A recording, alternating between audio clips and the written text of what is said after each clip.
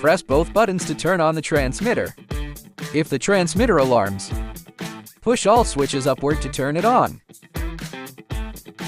Pull down the nose latch to open the canopy. Connect the battery and wait for the helicopter to finish self-check. Check if the servos move normally. Switch the mode to the GPS. Wait for it to search for satellites until the green light stays on. Hold the helicopter and rotate it in a full circle, ensuring the flight controller remains steadily lit green. Close the canopy and fasten the latch.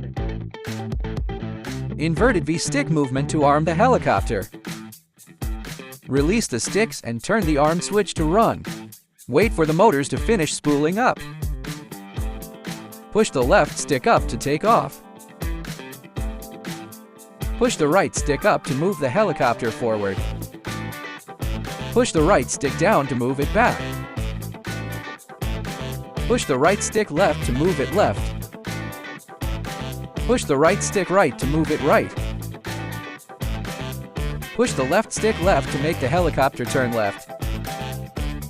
Push the left stick right to make it turn right. Pull down the left stick for landing. Release the sticks and flip up the stop switch. Wait for the propellers to stop spinning to complete landing. The helicopter has 3 flight sensitivities modes.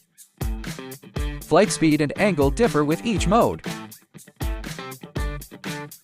Toggle down the C-turn switch, and the helicopter gets roll assist when turning. This creates a simulated bank turn. Flip up the home switch. It will return to the takeoff point and land.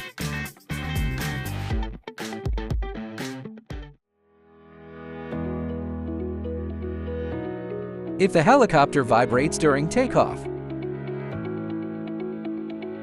the propellers may be too loose. Use the included tool to tighten the propeller screws until the propellers no longer sag. Do not over-tighten. That will eliminate the vibration.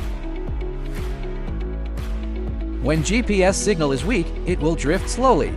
Push the sticks in the opposite direction to stabilize it.